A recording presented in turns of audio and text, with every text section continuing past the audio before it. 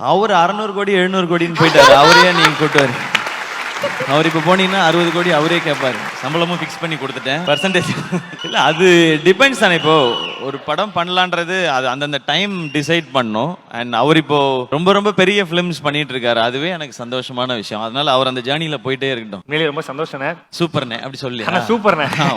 கரெக்டா 12 வருஷம் இந்த இண்டஸ்ட்ரியில இவ்வளவு பேரை நீங்க சம்பாரிச்சிருக்கீங்க, நிறைய ஹிட் படங்கள் கொடுத்திருக்கீங்க.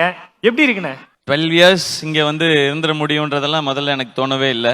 ஆடியன்ஸ்க்கு மட்டும்தான் நான் தேங்க்ஸ் சொல்லணும்னு நினைக்கிறேன். ஏன்னா உள்ள வரும்போது எந்த பிளானும் இல்லாம வந்தேன். ஒரு சின்ன ரோல் கிடைச்சாலும் நடிச்சிடணும், ஒரு காமெடினா கிடைச்சாலும் நடிச்சிடணும், இல்ல 2 ஹீரோ அப்படிலாம் எதுவுமே பார்க்காம கிடைக்கிற வாய்ப்பை கரெக்டா பண்ணிடணும்னு நினைச்சுதான் வந்தேன். ரொம்ப என்னவே நான் வந்து க்ரூம் பண்ணிக்கிட்டோ இல்லை எல்லாம் கத்துக்கிட்டோ அப்படி வரல.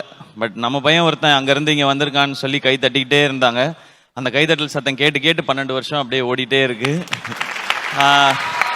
இதுக்கு நடுவில் ஏதாவது கற்றுக்கணும், ஏதாவது புதுசாக பண்ணணும்னு நினைக்கிறேன். அது எஸ்பெஷலி கோவிட்க்கு அப்புறம் அது எனக்கு அமைஞ்சதா இல்லை தாட் ப்ராசஸ் மாறிடுச்சான்னு தெரில. அது டாக்டரில் ஸ்டார்ட் ஆச்சுன்னு நினைக்கிறேன். ஓகே, இந்த மாதிரி கண்டென்ட்டும் நம்மளால் பண்ண முடியும் அப்படின்னு சொல்லி. ஸோ புதுசாக ஏதாவது பண்ணணும். அதில் முடிஞ்ச அளவுக்கு எல்லா ஏஜ் குரூப்புக்கான ஃபிலிம்ஸ் பண்ணிடணும்னு நினைக்கிறேன். ஏன்னா முதல்ல படம் 2 படம் சக்ஸஸ் ஆகும்போது எனக்கு ஃபஸ்ட்டு வந்த இது வந்து இதெல்லாம் 2 வருஷம் தான் தாங்கும் அப்படின்னு சொல்லி சொன்னாங்க. 10+ எக்ஸ்ட்ரா 2 வருஷம் வந்துருச்சு இப்போ.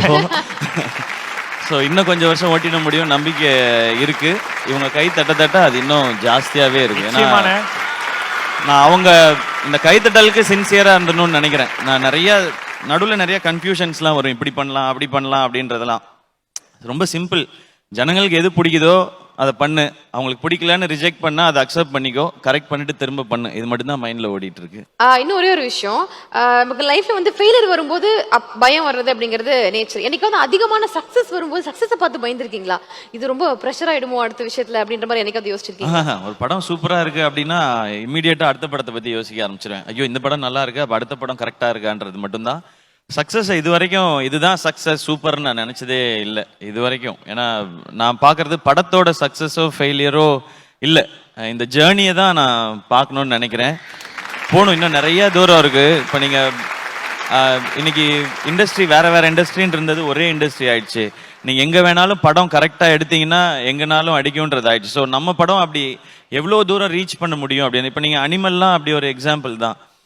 ஸோ நம்ம படம் எந்த ஸ்டேட்டில் எவ்வளோ தூரம் ரீச் ஆகுதுன்றது மட்டும்தான் இப்போ நான் பார்க்கணுன்னு நினைக்கிறேன். அது வந்து போயிட்டே தான் இருக்கும். ஏன்னா மக்கள் இந்தியன்ஸாக இருக்கட்டும் இல்லை நம்ம தமிழ் மக்களாக இருக்கட்டும் உலகம் ஃபுல்லாக இருக்கிறாங்க. எவ்வளோ பேர் நம்ம படம் பார்க்க வைக்கிறான்றது மட்டும்தான். சக்ஸஸ் ஃபெயிலியரை பற்றி இனிமேல் யோசிக்கக்கூடாதுன்னு நினைக்கிறேன். நிச்சயமான சிறப்புன.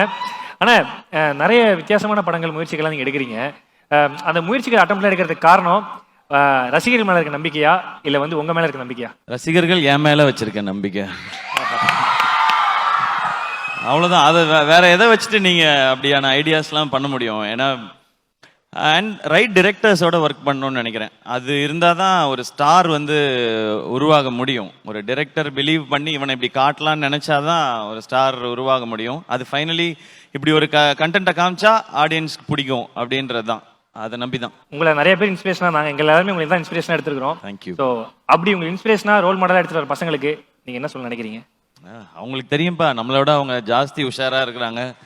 அவங்களுக்கு நம்ம அட்வைஸ் பண்ணாமல் இருந்தாலே போதும், அவங்களா ஜாலியாக வந்துடும். பாருங்கள் எவ்வளோ ஃபோர்ஸாக கை தட்டுறானுங்க. அதுக்கு தான் நீ ஏதாவது ஒன்று சொல்லிட்டாதப்பா அந்த மாதிரி இல்லை, அவங்களே கிரியேட் பண்ணுறாங்க இல்லையா. இன்றைக்கி யூடியூப்பாக இருக்கட்டும் இன்ஸ்டாகிராமாக இருக்கட்டும், அதை எப்படி பயன்படுத்தி தனக்குன்னு ஒரு கேரியரை உருவாக்கணும்னு அவங்களுக்கு தெரிஞ்சிருக்கு. ஸோ யார் அட்வைஸும் அவங்களுக்கு தேவையில்லை. அவங்களுக்கு நான் சொல்லணும்னு நினைக்கிறது ஒன்றே ஒன்று தான், படம் ரிலீஸ் ஆகும்போது தேட்டரில் வந்து பார்த்துருங்க. தேங்க்யூ.